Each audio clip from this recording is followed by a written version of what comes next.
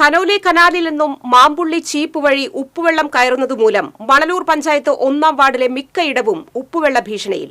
കിണറുകളിലും കരകൃഷിയിലും ഉപ്പുവെള്ളം കലർന്നതോടെ ആശങ്കയിലായിരിക്കുകയാണ് ജനങ്ങൾ. മണലൂർ പഞ്ചായത്ത് അധികൃതർ ആവശ്യമായ ഇടപെടലുകൾ യഥാസമയം നടത്താത്തതിനാലാണ് കഴിഞ്ഞ 2 വർഷമായി ഉപ്പുവെള്ള ഭീഷണി നിലനിൽക്കുന്നതെന്ന് നാട്ടുകാർ ആരോപിച്ചു. വേനൽക്കാലത്ത് പ്രദേശത്തെ ജനങ്ങളുടെ ആശ്രയമായിരുന്ന രാമൻ കായലിലും ഉപ്പുവെള്ളം എത്തുന്നതായി പ്രദേശവാസിയായ മണ്ണാൻതിണ്ടി മാലതി പറഞ്ഞു. ഈ ടീപ്പ് കിട്ടിയില്ലെങ്കിൽ ഉപ്പുവെള്ളം മുഴുവൻ കയറി ഓകം നശിച്ചു പോവും. എല്ലാം നശിച്ചു, പച്ചക്കറികളെല്ലാം നശിച്ചു.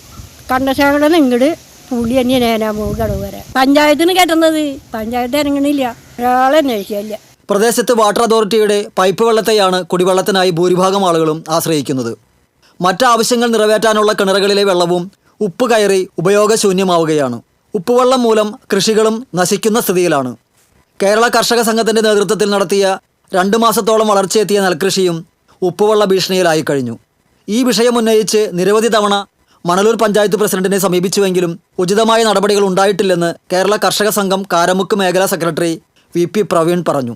പാഴാഴി പ്രദേശത്ത് ചീപ്പ് ഇടാത്ത കാരണം ഉപ്പുവെള്ളം കയറിക്കൊണ്ടിരിക്കുകയാണ്.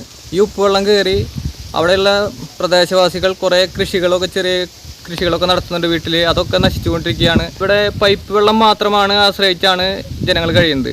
അവരും കുറേ ചെറിയ കിണറുകളൊക്കെ കുത്തിയിട്ടുണ്ട്. ആ കിണറ്റിലേക്കൊക്കെ ഉപ്പുവെള്ളം കയറി ഇപ്പോൾ അത് നശിച്ചുകൊണ്ടിരിക്കുകയാണ്. ഇതിനെല്ലാം ഇവിടുത്തെ വാർഡ് മെമ്പറുടെ അനാസ്ഥയാണ്, 1-ാം വാർഡിലെ വാർഡ് മെമ്പറുടെ അനാസ്ഥയാണ് ഇതൊക്കെ നടന്നുകൊണ്ടിരിക്കുന്നത്.